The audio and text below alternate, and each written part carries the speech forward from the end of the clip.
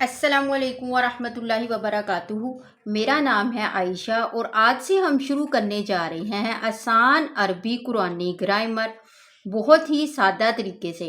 عربی گرامر سمجھنے کے بعد قرآن مجید کے قواعد اور ترجمہ بہت آسان ہو جاتا ہے۔ سب سے پہلے ہم پڑھیں گے کلمہ۔ کلمہ جو لفظ بھی ہم زبان سے بولتے ہیں اگر وہ بامعنی ہو تو اسے کلمہ کہا جاتا ہے۔ زبان سے نکلنے والے ہر بامعنی لفظ کو کلمہ کہتے ہیں۔ جو لفظ بھی ہم زبان سے بولتے ہیں اگر وہ بامعنی ہو تو اسے کلمہ کہا جاتا ہے۔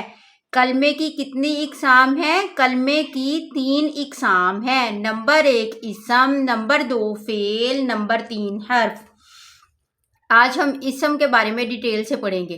اسم کسی شخص، حیوان، چیز یا جگہ کے نام کو اسم کہا جاتا ہے۔ کسی شخص، حیوان، چیز یا جگہ کے نام کو اسم کہا جاتا ہے۔ مثلاً خلق اس نے پیدا کیا، یخلق وہ پیدا کرتا ہے یا کرے گا، عبد اس نے عبادت کی، یعبد وہ عبادت کرتا ہے یا کرے گا۔ اسم کی 2 بڑی اقسام ہیں۔ نمبر 1 اسم نکرہ، نمبر 2 اسم معرفہ۔ اسم نکرہ وہ اسم ہے جو کسی غیر معین چیز کے لیے استعمال ہو۔ اسم نکرہ کیا ہے؟ وہ اسم ہے جو کسی غیر معین چیز کے لیے استعمال ہو۔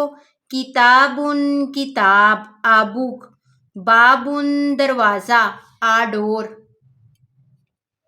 اسم معرفہ وہ اسم ہے جو کسی خاص چیز کے لیے استعمال ہو۔ اسم معرفہ وہ اسم ہے جو کسی خاص چیز کے لیے استعمال ہو۔ مثلاً طلحۃ طلحہ، پاکستان پاکستان۔ اسم معرفہ کی 7 اقسام ہیں۔ آج ہم ان کے بارے میں صرف ان کی تعریف پڑھیں گے اور ایک آدھی مثال دیکھیں گے۔ اگلے اس باغ میں ہم ان کو ڈیٹیل سے پڑھیں گے۔ نمبر 1 اسم علم جو کسی انسان، جگہ یا ملک وغیرہ کا نام ہو۔ مثلاً مصر، محمد۔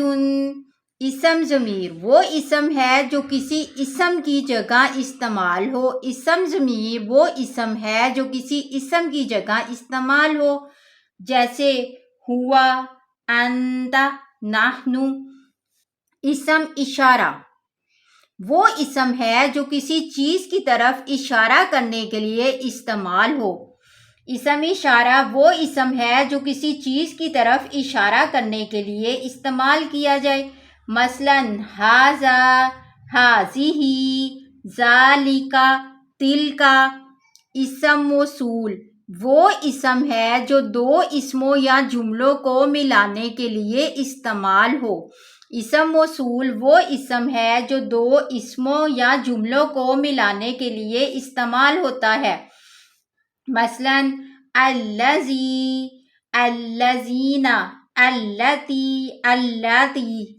منادا وہ اسم ہے جسے پکارا جائے، عام طور پر حروف ندا کہلاتا ہے۔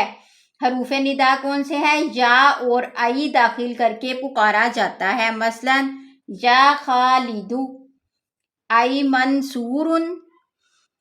مضاف الی المعرفہ وہ اسم ہے جس کی اسم معرفہ کی طرف نسبت کی جائے۔ وہ اسم ہے جس کی اسم معرفہ کی طرف نسبت کی جائے۔ مثلاً قلم خالد، بیت محمد۔ دونوں مثالوں میں قلم اور بیت اضافت کی وجہ سے معرفہ ہو گئے ہیں۔ اسم کی بنیادی علامتیں۔ اسم کی بنیادی علامتیں 2 ہیں۔ نمبر 1 ال اور نمبر 2 تنوین۔ ال یہ علامت ہمیشہ اسم کے شروع میں آتی ہے اور اسے خاص کر دیتی ہے۔ ال کیا ہے؟ یہ علامت ہمیشہ اسم کے شروع میں آتی ہے اور اسے خاص کر دیتی ہے۔ ال کا عربی میں وہی تصور ہے جو انگلش میں دا کا ہے۔ مثلاً الکتاب کتاب، دی بک، الباب دروازہ، دی ڈور۔ تنوین، دو زبر دو زیر دو پیش کو تنوین کہتے ہیں۔ ڈبل حرکت دو زبر دو زیر دو پیش کو تنوین کہتے ہیں، اور یہ علامت ہمیشہ اسم کے آخر میں آتی ہے، اور اس کا عام ہونا ظاہر کرتی ہے۔ مثلاً قلم، پین، جنت، باغ، باب، دروازہ، ڈور۔